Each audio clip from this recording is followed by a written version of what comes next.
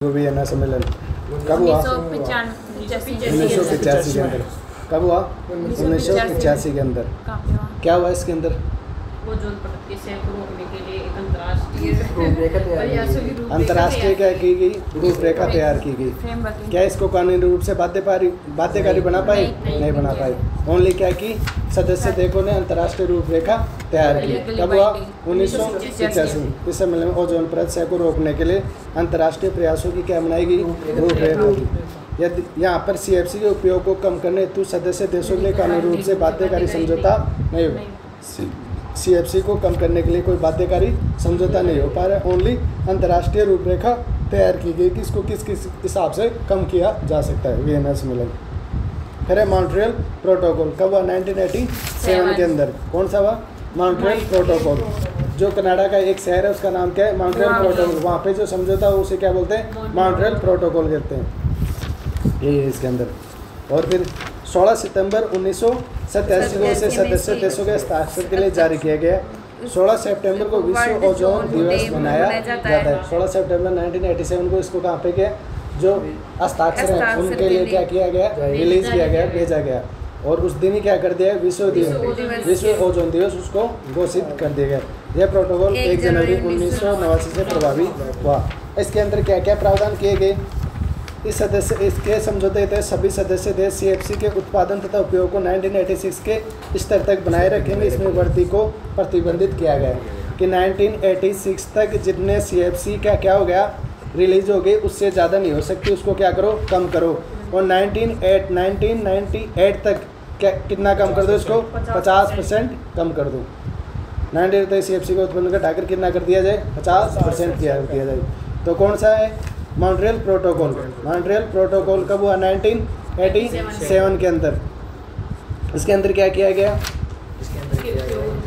इसमें 16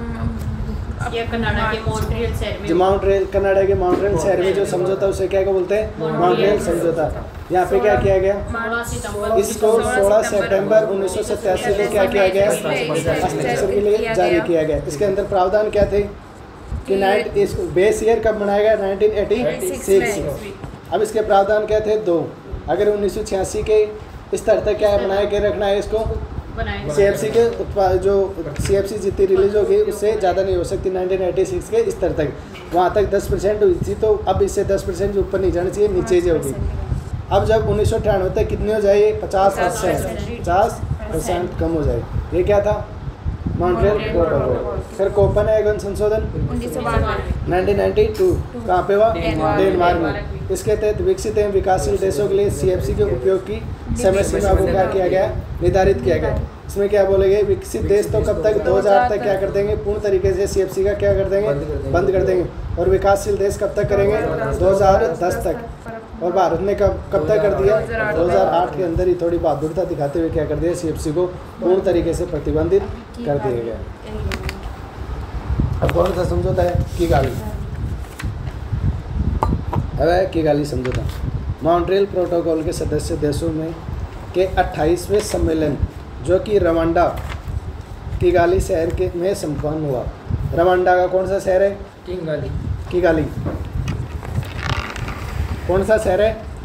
किगाली। जिसमें Montreal protocol की कौन सी बैठक थी? 28वां सम्मेलन था। कौन सा सम्मेलन था? 28वां सम्मेलन था। उसके अंदर क्या किया गया? रवांडा के किगाली शहर के अंदर मॉन्ट्रियल प्रोटोकॉल में संशोधन किया गया जिसके तहत HFC के उत्पादन तथा उपयोग को चरणबद्ध तरीके से कम करना होगा। जैसे ही क्या किया उन्होंने? CFC का क्या किया?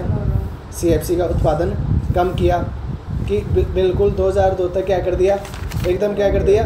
बंद कर दिया। विकसित देशों ने 2000 तक कर दिया और विकासशील देशों ने 2010 तक बंद कर दिया।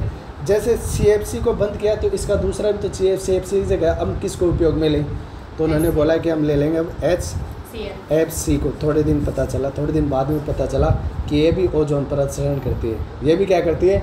ओजोन परत क्षरण करती है। फिर ये तो वही बात होगी। तो अब क्या किया? मॉन्ट्रियल प्रोटोकॉल की 28वां क्या था? सम्मेलन था। उसके अंदर जो रवांडा के कहाँ पे हुआ? किगाली शहर में हुआ। उसने मॉन्ट्रियल प्रोटोकॉल में संशोधन किया गया है कि जो कहाँ पे हुआ था, मॉन्ट्रियल प्रोटोकॉल हुआ था 1987 के अंदर। उसके अंदर क्या किया गया, संशोधन किया गया।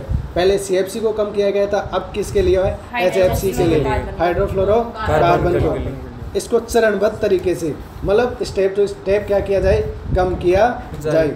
यह समझौता सदस्य देशों के लिए कानूनी रूप से क्या होगा, बाध्यकारी होगा। लीगली क्या होगा, बाइंडिंग होगा, बाउंडिंग होगा। क्या होगा बाइंडिंग, क्या है बाउंडिंग, क्या है कहीं लीगली बाइंडिंग, हाँ लीगली बाइंडिंग, लीगली बाइंडिंग बोलते बोलते मुंह सूख जाते। लीगली बाइंडिंग, ओके, लीगली क्या होगा, बाइंडिंग होगा। ओके, HFC का उपयोग 1990 के दशक से ओजोन सहकारी पदार्थों के विकल्प के रूप में किया जा रहा था, परंतु ये वैश्विक उष्णता के लिए क्या हुआ, जिम्मेदार हुआ। देख क्या बोला इसने, HFC का उपयोग 1990 के दशक से, HFC का उपयोग 1990 के दशक से क्यों करें, 1987 में क्या हुआ, एक समझौता हुआ। क्या हुआ कि CFC का उपयोग को क्या करोगे, बंद। जैसे CFC का उपयोग बंद किया तो किसका उपयोग करने लगे, HFC का। तो जैसे 1990 के दशक से HFC का क्या उपयोग बढ़ा, तो ओजोन सहकारी पदार्थों के विकल्प के रूप में, पहले क्या ओजोन सहकारी पदार्थों के विकल्प के रूप में क्या किया गया था, इसका उपयोग। लिख नहीं रखा है, क्या हुआ, लिख नहीं रखा परंतु ये वैश्विक उष्णता के लिए क्या रहा, जिम्मेदार। ये भी क्या करता है, वैश्विक उष्णता को बढ़ाता है। वैश्विक उष्णता मतलब ग्लोबल वार्मिंग, ग्लोबल वार्मिंग, उष्णता, ग्लोबल वार्मिंग ही तो है ना। हाँ, यदि HFC के उपयोग को नियंत्रित कर लिया जाए तो विश्व में औसत तापमान में वृद्धि को सन 2100 तक 0.5 डिग्री कम किया जा सकता है। कितना, 0.5 डिग्री। अगर इसको HFC को क्या कर लिया जाए, नियंत्रित कर लिया जाए, तो 21वीं सदी तक क्या कर लिया जाएगा, 21वीं के एंड तक कितना कम कर लिया जाएगा, 0.5 डिग्री। कौन से, विश्व के औसत तापमान को। यह समझौता 1 जनवरी 2019 से क्या हुआ, प्रभावी हुआ। कब से, 1 जनवरी 2019 से। इस समझौते के सदस्य देशों को 3 वर्गों के अंदर क्या किया गया, विभाजित किया गया। कितने वर्गों के अंदर, 3। एक तो फर्स्ट श्रेणी के अंदर तो विकसित एवं समृद्ध देश, सेकंड के अंदर उभरती हुई अर्थव्यवस्थाएं, थर्ड के अंदर विकासशील तथा गर्म जलवायु वाले देश। जो विकसित देश हैं वो कौन है, USA, UK, यूरोपियन यूनियन। और उभरती हुई अर्थव्यवस्था वाले चीन, ब्राज़ील, दक्षिण अफ्रीका। विकसित तथा विकासशील तथा गर्म जलवायु वाले देश भारत, पाकिस्तान, ईरान, सऊदी अरब। अब इसके अंदर क्या किया गया कि 2011 और 13 के स्तर को क्या लिया गया इसके अंदर, और 2019 से क्या है, आरंभ है। 2011 और 13 को क्या बनाया गया, बेस ईयर बनाया गया, और 2019 से क्या कर दिया, लागू। अब ये 15% तक क्या करेंगे, कमी करेंगे। कब तक, 2036 तक। कितनी कटौती करेंगे, 85%। कितनी कटौती करेंगे, 85%। कब 85% कम करेंगे, 2011 से 2011-13 के अंदर जो 100% है ना, उसका कितना 85% क्या करेंगे, कम करेंगे। अब लिया गया उभरती हुई अर्थव्यवस्था ने 2020 और 22 की क्या बनाई, रूपरेखा। और वो 2024 तक, 2024 से क्या करेंगे, स्टार्ट करेंगे 20% कटौती के साथ। 2045 तक कितना करेंगे, 80% को क्या करेंगे, कम। वो कब कर रहे हैं, 2036 तक। ये कब कर रहे हैं, 2045 तक। और बेस ईयर भी कब लिया है इन्होंने, 2020-22 तक। क्या भी 19 के अंदर तो ये समझौता हो रहा है, 1-2-22 तक तो क्या करेंगे, और बढ़ाएंगे। फिर 22 के अंदर जितना होगा उसका कितना करेंगे, 80% क्या करेंगे, कटौती करेंगे उसके अंदर। कब तक, वो भी 2045 तक। और जो विकासशील देश हैं वो बेस ईयर बनाएंगे 2024 और 26 को। अब बनाएंगे भारत वाले क्या बनाएंगे कि अब जितना HFC कितना हो रही थी उत्पादन हो रही थी उसका अब 100% निकालेंगे। अब अगर 100% है उसका 80% कम करेंगे, वह 85% कम करेंगे। कब तक? 2047 तक, 2047 तक, एक 2036 तक, एक 2045 तक, एक 2047 तक। वो कब करेंगे? वो 15% कम करेंगे, ये 20% और ये वापस 15।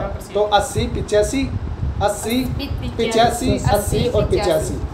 और उसके अंदर पहले कब बेस ईयर बनाए? 2011 और 13 से स्टार्ट कब से? 2019 तक और फिर बाद 19 तक। फिर बाद उन्होंने बेस ईयर बनाया 2020 से 22, 2024 से स्टार्ट और कब तक? 45 तक। अब इन्होंने बेस ईयर क्या बनाया? 2024, 26, 2047 तक क्या करेंगे? कम। और कितना? 85% क्या करेंगे? रिड्यूस करेंगे। समझ में आए? समझ इसको दोबारा आराम से बता दूँ। जो विकसित देश हैं जैसे USA, UK और यूरोपियन यूनियन, वो बेस ईयर बनाएंगे 2011 और 13 को। 2019 से स्टार्ट करेंगे और कितनी % कटौती करेंगे? 15%। कुल कटौती कितनी करेंगे? 85%। कब तक? 2036 तक। और फिर बाद के अंदर सेकंड वाले जो उभरती हुई अर्थव्यवस्था वाले जैसे दक्षिण कोरिया हो गया, चीन हो गया, ब्राज़ील हो गया, ये बेस ईयर बनाएंगे 2022 और 2022 को। और बाद के अंदर कटौती कितने करेंगे? 20%। और 2045 तक कितना % कम कर देंगे? 80%।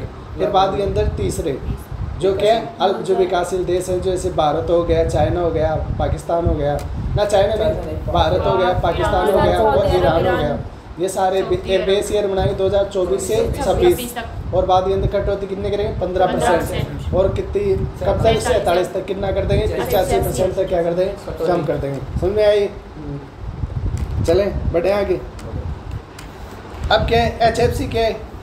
प्रॉपर्टी ऑफ CFC एड केसेस क्लोरोफ्लोरोकार्बन। HFC क्या है? Hydrofluoro chlorofluorocarbon.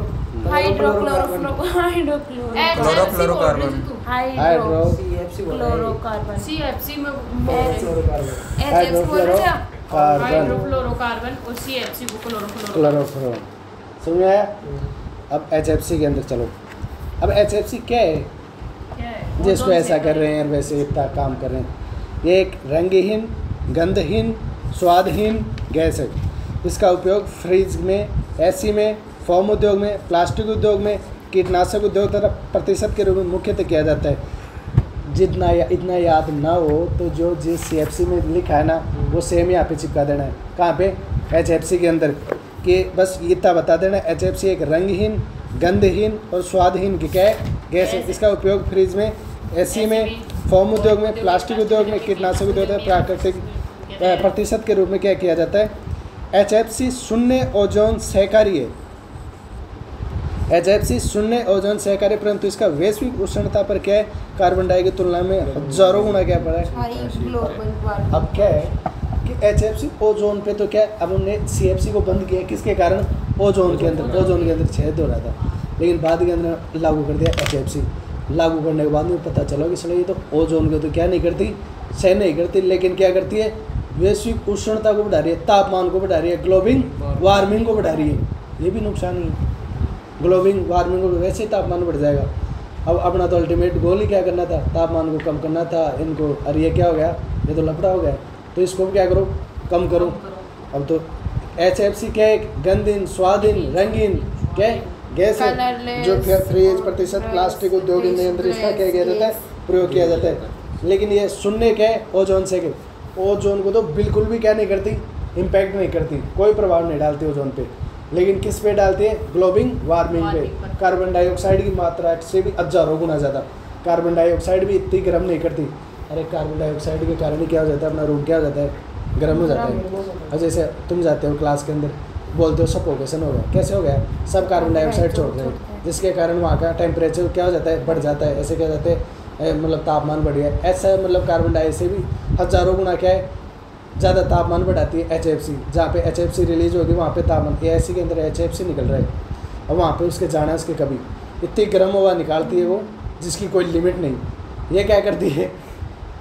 मतलब तापमान बढ़ाने को ठंडी निकालती है, इधर गर्म निकालती है। हाँ, बाहर जो मतलब जो बाहर वाला पंखा लगा हुआ है ना, जो मतलब कपड़े सुखाने के काम आ रहा है, वो भी आजकल ठंडी हवा निकाल रही है।